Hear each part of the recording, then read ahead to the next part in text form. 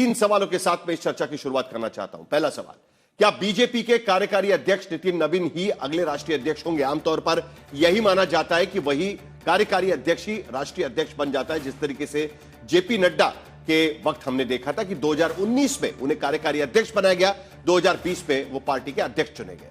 दूसरा सवाल, क्या बीजेपी ने युवा पीढ़ी को नेतृत्व सौंपने में दूसरे दलों को पछाड़ दिया है?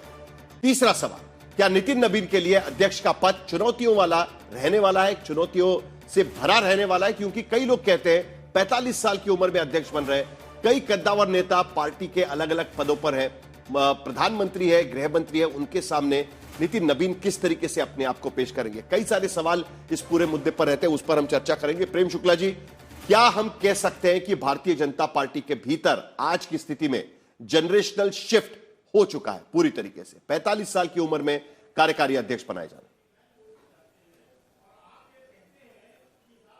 देखिए, भारतीय जनता पार्टी हमेशा जो है युवाओं को अवसर देने का काम करती रही है।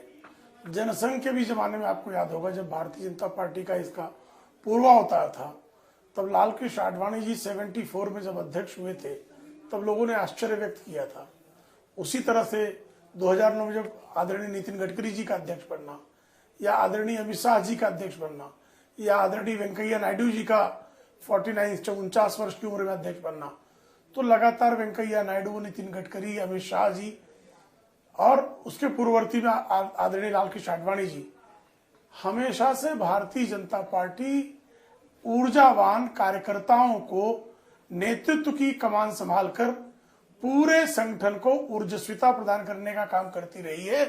और इसी का परिणाम है कि किसी जमाने में 2 सीटों पर रहने वाली भारतीय जनता पार्टी आज दुनिया की सबसे बड़ी पार्टी बनकर बैठी है और विविध राज्यों के समेत केंद्र में लगातार हमारी तीसरी बार सरकार का आना, जिस तरह से लोकसभा चुनावों के बाद हरियाणा, महाराष्ट्र, दिल्ली और अब बिहार की जीत का परचम लहराना, ये सब कार्यकर्ताओं की अखंड परिश्रम और उनकी ऊर्जस्विता, तेजस्विता के कारण ही संभव हुआ है।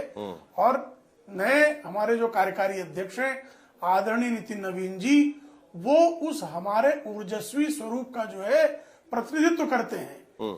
पांचवी सिर्फ इतनी सी उम्र में, 1980 का जन्म है उनका, 45 वर्ष की उम्र में वो लगातार 2006 से विधायक है। वो 2006 में विधायक, 2010 में, 15 में, 20 में और 25 में लगातार अपराजेय विधायक रहे हैं।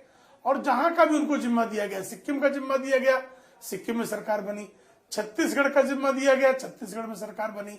तो जहां भी जाते हैं वो अथक परिश्रम करते हैं और कार्यकर्ताओं को विश्वास में लेकर भारतीय जनता पार्टी के पक्ष में जनता का जनादेश कैसे प्राप्त हो, इसके लिए सतत का परिश्रम करने का काम करते हैं। इसी के कारण जो है भारतीय जनता पार्टी जो है सामान्य से सामान्य कार्यकर्ता को उठाकर, जैसे आदरणीय अमित शाह जी किसी जमाने में वार्ड का काम करते थे, वार्ड के स्तर से ये भी भारतीय जनता युवा मोर्चा से, अखिल भारतीय विद्यार्थी परिषद, भारतीय जनता युवा मोर्चा, भारतीय जनता पार्टी एक पूरा प्रवास कार्यकर्ता के रूप में होता है।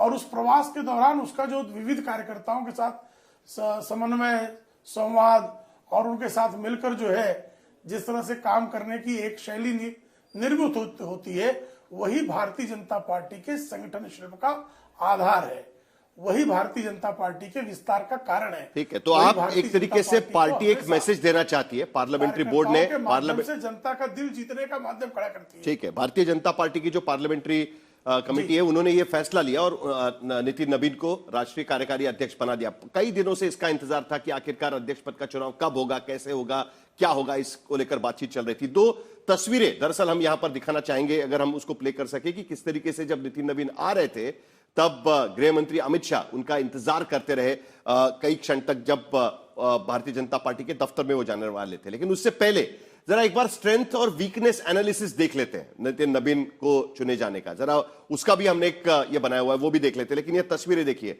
धर्मेंद्र प्रधान, जेपी नड्डा, अमित शाह, बीजेपी के तमाम बड़े नेता वहां पर, रविशंकर प्रसाद भी पीछे देख रहे हैं, वो इंतजार कर रहे हैं गेट पर स्वागत के लिए नितिन नवीन का। कम से कम 15 मिनट तक उनको इंतजार करना पड़ा। उसके बाद नितिन नवीन वहां पर आए। भारतीय जनता पार्टी के मुख्य गेट पर पीयूष गोयल और अश्विनी वैष्णव उनके स्वागत के लिए वहां पर खड़े थे और यहां पर इन्होंने इंतजार किया। अमित शाह ने बाकायदा उन्हें वो दफ्तर ले गए और उसके बाद उन्हें कुर्सी में वहां पर बिठा दिया गया कार्यकारी अध्यक्ष पद की। एक जनरेशन शिफ्ट है, ये कहने की भारतीय जनता पार्टी की तरफ से कोशिश है।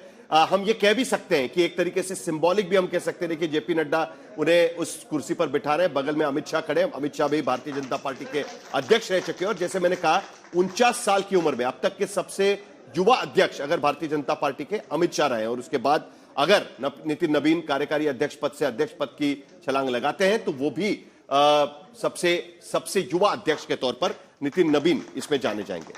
लेकिन जरा एक बार स्ट्रेंथ और वीकनेस एनालिसिस देख लेते हैं, यानी सभी को इस आसानी होगी कि क्या हम सोच रहे हैं नितिन नवीन की नियुक्ति को लेकर। तो जरा वो भी एक बार देख लेते हैं। देखिए मजबूत पक्ष उनका क्या है कि युवा है, कर्मठ है, ईमानदार माने जाते हैं, उनकी छवि है, लेकिन उनके पिता भी अध्यक्ष भारतीय जनता पार्टी के विधायक रहे, तो कहीं ना कहीं वंशवाद का आरोप लग सकता है। कार्यकर्ता की छवि है, उसके साथ साथ देखिए जैसे मैंने कहा कि वंशानुगत राजनीति का चेहरा भी वो माना जा सकता है। दूसरा अगर हम देखें तो कार्यकर्ता की छवि है, नीचे से ऊपर आए, उपलब्धता है, जैसे सिक्किम और छत्तीसगढ़ की बात की गई, लेकिन राष्ट्रीय स्तर पर उनकी पहचान नहीं है। संगठन का अनुभव है लेकिन ग्रामीण क्षेत्र का अनुभव वहां पर नजर नहीं आता है। लगातार चुनावी जीत है, मंत्रालयों का प्रभार रहा है उनके पास, लेकिन जाति आधार वहां पर नजर नहीं आता है। तो कहीं ना कहीं पॉलिटिकली लाइट वेट, एक तरीके से कई लोग उनको कहते हैं कि पॉलिटिकली लाइट वेट यहां पर हो सकते हैं। मौके क्या है उनके पास कि पार्टी का राष्ट्रीय अध्यक्ष बना दिए जाएंगे, लेकिन 5 राज्यों में चुनाव होंगे विधानसभा के तुरंत, वो चुनौती सबसे आधारित होगी। जातिगत राजनीति करना भी बड़ा मुश्किल हो जाएगा क्योंकि कायस्थ समुदाय से आते हैं जो अगड़ी जाति एक तरीके से मानी जाती है।